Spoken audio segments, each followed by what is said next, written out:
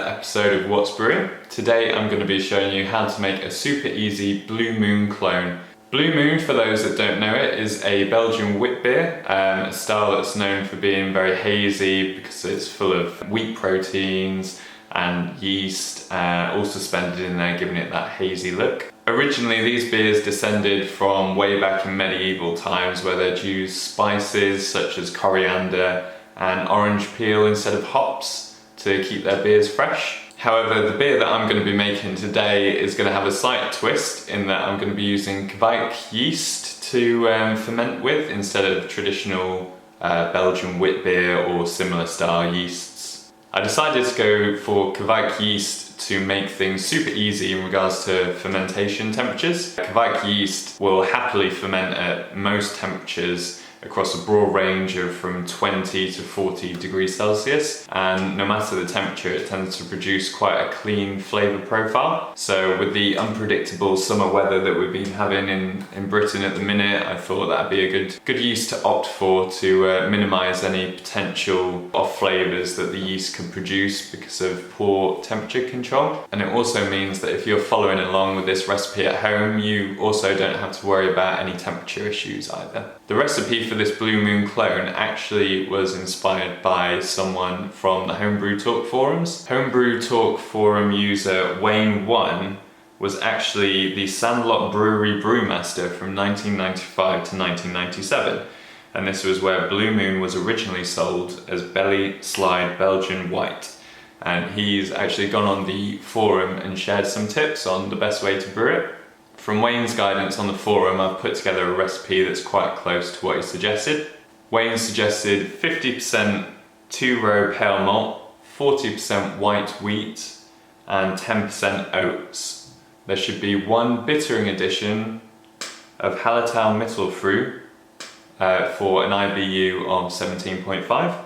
And Wayne also suggests using coriander seeds and sweet orange peel at a 3:1 ratio.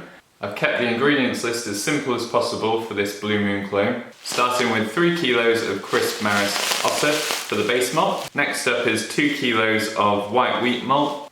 Finally, 500 grams of flaked oats with 500 grams of the husks as well, and that should hopefully help with any slow runoff on the mash. Hops, I've gone for Hallertauer Mittelfrueh based on Wayne's suggestion. And to give that real citrus feel to the beer, I'm also adding sweet orange peel, 5 grams of that, and 15 grams of coriander seeds, which I'll crush shortly. The yeast that I'm using is going to be Lallemand's Kveik yeast, and that has a really wide temperature range, 20 to 40 degrees Celsius.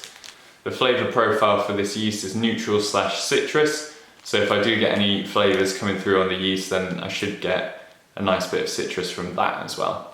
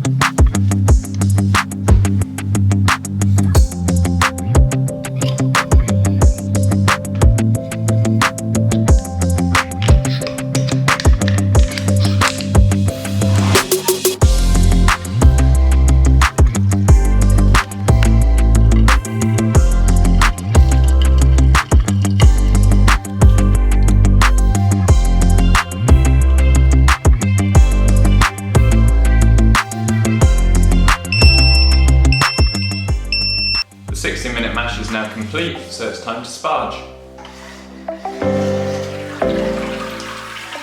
The sparge is just finishing up now. Just going to leave it running to collect all the last runoffs until the temperature reaches boil temperature, or just below boil temperature. so I can quickly take it off and move the spent grain somewhere else. Boil temperature's been reached, so it's time for our 60-minute hop additions, which is 45 grams of Hallertauer Mittelfrueh, and that should give us 17.5. With 10 minutes left on the boil, I'm going to add 15 grams of coriander seeds, but I'm going to make sure that they're freshly crushed. So these are the whole seeds that I've bought, and I'm going to crush them now in a pestle and mortar, and I know that they're going to be as fresh as they possibly can be that way. So coriander's got a really strong citrus, lemon, orange, also a warm, spicy hint as well to them. So it'll be a great addition to the beer, and it'll be in keeping with the Blue Moon original. So I'm going to crush these now.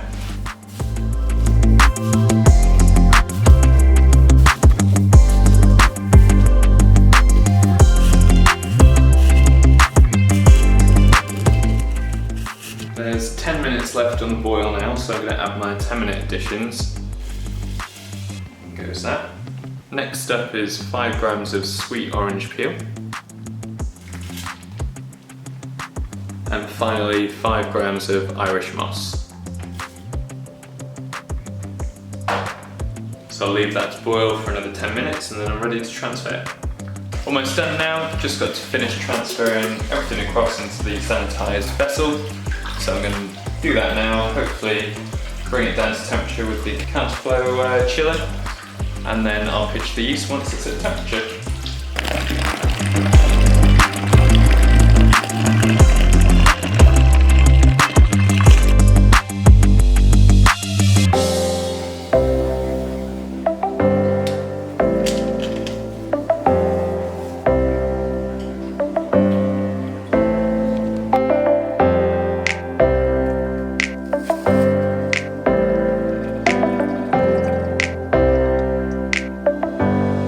It's been 1 week now since I put my Blue Moon clone into the fermenter, and it's just about ready now to be kegged.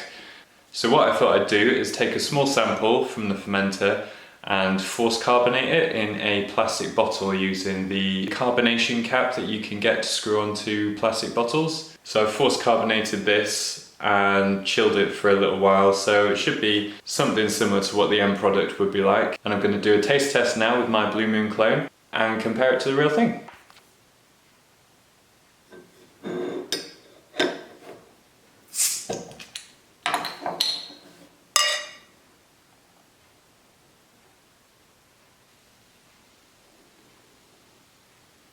So first initial thoughts, you can see that I didn't carbonate the test sample anywhere near enough. I just guessed it and did it quite quickly, so I'll carbonate the rest of the batch in a corny keg so I'll be able to fine tune the carbonation. Also you can see that the colour's quite different actually. The Blue Moon is a lot darker and more orange than the one that I've made, which seems to be a bit more opaque and a bit lighter. First up is Blue Moon.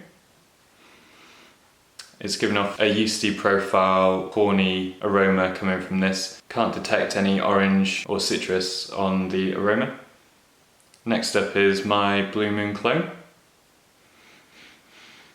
It's got a similar yeasty, corny aroma. Again, no orange or citrus coming through on the aroma, but quite similar to the Blue Moon actually. Next up is taste. So this is the original Blue Moon. It's got very sweet, mellow wheat. It's very sweet. You can taste the wheat, a high percentage wheat beer. Very faint orange citrus coming through. You can taste it more in the aftertaste. So how does that compare to the Blue Moon clone that I've made? Obviously the carbonation is not going to be the same just yet, but we'll see how it tastes.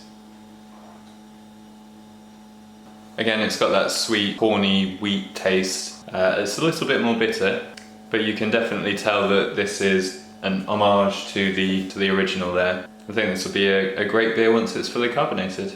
With this one that I've made, there's definitely more orange flavour to it in the aftertaste. Again, it doesn't come through on the initial sip, but in the aftertaste you definitely get a bit of citrus there, and it's more so than the original Blue Moon. And again, it's a really easy to drink beer, so quite happily enjoy one of these as well. Overall thoughts of my Blue Moon clone is that, well, it's a little bit disappointing in the colour comparison, which might improve as it's cold conditioned. We'll see how that develops. But aroma and taste is very nice, and I actually quite prefer the little added citrus that's in the Blue Moon clone that I've made here. Really looking forward to seeing how this comes out when it's fully carbonated and properly cold conditioned. Definitely a really easy one to do with the Kveik yeast. Fermentation was over in a couple of days. Didn't have to worry about temperature control at all, although I did monitor it and ramp the temperature up to 35 degrees to try and get it fermented quite quickly. If you weren't able to control your fermentation temperatures, I think that's definitely a plus. It's not 100% true to the Belgian Witbier style using a Kveik yeast. It's something different, a little bit of experimentation. Quite happy with the outcome. Definitely happy with the outcome of my Blue Moon clone. Hope it's a nice and easy one to follow along, and maybe you can try it yourself. Thank you very much for watching. Don't forget to like and subscribe, and I'll see you in the next video.